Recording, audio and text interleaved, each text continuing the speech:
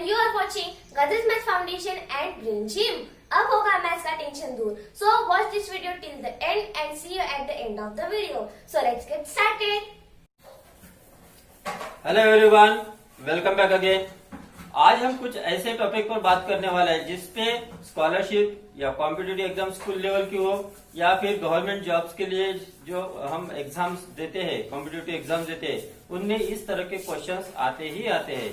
Okay, तो इसको समझने के लिए जो बेसिक्स है उसके ऊपर भी मैंने एक वीडियो बनाया है जिसकी लिंक आपको डिस्क्रिप्शन में मिल जाएगी. उस बेसिक्स को अगर पता है आपको तो आप किसी भी एग्जाम्पल को सॉल्व कर सकते हो. तो चलो देखते हैं. आज का एक एग्जाम्पल है जिसमें हमें फाइंड करना है. अगर मान लो 5 मई 2002 को अगर फ्राइडे था, ओके, तो हमें क्वेश्चन ये पूछा है तो गांधी जयंती 2005 में कब आई थी? गांधी जयंती 2005 में कौन से दिन आई थी, ये हमें क्वेश्चन है.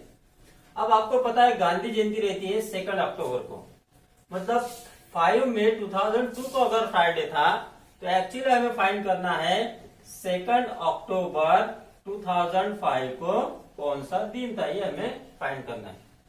अब इसके लिए सबसे पहले आप देखो कि 2002 मई में जो दिन था वही 2003 का दिन निकालेंगे, फिर 2004 का निकालेंगे, फिर 2005 का मई महीने का पहले हम दिन निकाल लेते हैं. तो 5 मई 2002 को अगर फ्राइडे था तो 5 मई 2003 को एक दिन आगे का आएगा, क्योंकि जैसे एक साल के बाद जो दिन आता है उसी तारीख को उसमें 1 डे हम ऐड करते हैं. तो यहाँ पे अगर फ्राइडे था तो 2003 को रहेगा फिर सैटरडे. ओके, फिर वही दिन 2004 में कौन सा आएगा इसको हमें देखना है. अब 2004 इज अ लीप ईयर, तो हमें तो मई महीने का दिन निकालना है, तो उसके पहले तो फरवरी आ जाता है. तो इसलिए ये जो लीप ईयर आने वाला तो उसमें हम कितने दिन ऐड करेंगे, तो 2 डेज हमें ऐड करना है. तो ये अगर सैटरडे था तो 2 दिन उसमें ऐड करो, सैटरडे के बाद संडे और फिर मंडे, मतलब 2004 में वो दिन मंडे रहेगा.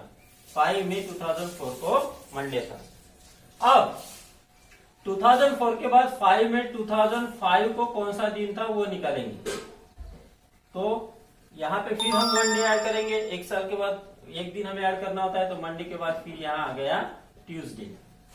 अब ये हो गया मई महीने तक. तो 5 अब निकालेंगे हम मई के बाद जून 2005 को. अब देखो मई के बाद आया है जून. अब मई महीना 31 डेज का है और जून है 30 डेज का. ओके, अब 31 के बाद जो 30 डेज वाला जो मंथ आता है उसमें हम 3 डेज ऐड करते हैं. ओके, उसी तारीख का दिन अगर हमें फाइंड करना है तो 3 डेज उसमें ऐड करना. तो यहाँ पे तो ट्यूसडे था, तो ट्यूसडे में 3 डेज ऐड करो. ट्यूसडे के बाद वेडनेसडे, थर्सडे, फ्राइडे. तो हमारा आंसर यहाँ पे हो गया फ्राइडे. ये हो गया जून का. अब फिर हम निकालते हैं 5 जुलाई 2005. अब देखो जुलाई, इसके बाद जो जुलाई महीना आता है वो होता है 31 डेज का. ओके, तो इसमें हम फिर 2 डेज ऐड करते हैं. 31 के बाद 30 के लिए 3 डेज और 30 के बाद 31 के लिए 2 डेज. तो फ्राइडे में 2 डेज ऐड करो. फ्राइडे के बाद सैटरडे, संडे. तो ये था संडे. ओके, फिर उसके बाद है जुलाई के बाद अगस्त. तो 5 अगस्त 2005 को कौन सा दिन था? अब यहाँ देखो जुलाई के बाद अगस्त कितने दिन का होता है, तो हम उसके लिए फिंगर को देखते हैं. जनवरी, फरवरी, मार्च, अप्रैल, मई, जून, जुलाई, अगस्त. तो अगस्त होता है 31 डेज का. तो ये हो गया 31 डेज का. तो इसमें 31 के बाद अगर 31 है, ठीक है, तो हम उसमें 3 डेज फिर ऐड करते हैं. ठीक है, तो संडे के बाद काउंट करो. संडे के बाद मंडे, ट्यूसडे, वेडनेसडे. तो ये दिन हो गया वेडनेसडे.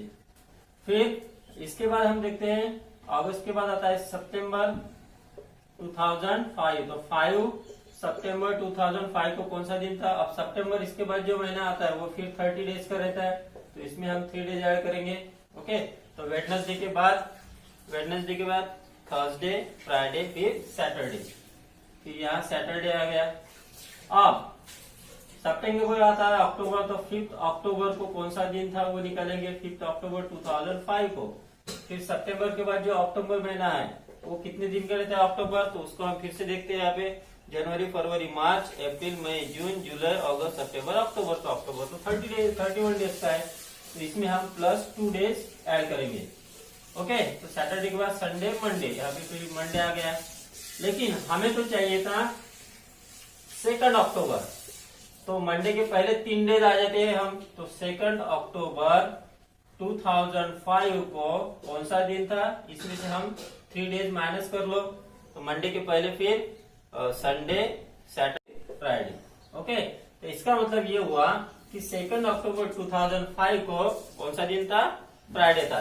इसको हम दूसरे मेथड से कर सकते हैं, जिसमें आपको 5 मई से लेकर 2 अक्टूबर तक कितने दिन होते वो देखो और उसको 7 से डिवाइड करो, तो जितने वीक्स आ जाते हैं वो तो सेम डेज में हो जाएंगे, जितना रिमाइंडर रहेगा उतने दिन हम उसमें ऐड करेंगे।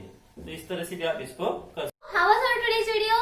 If you love videos, then like it, share it, and subscribe it, and don't forget to press the bell icon. Then only you will get notifications when we upload our next video. So I will meet you in my next video. Take care. Bye bye.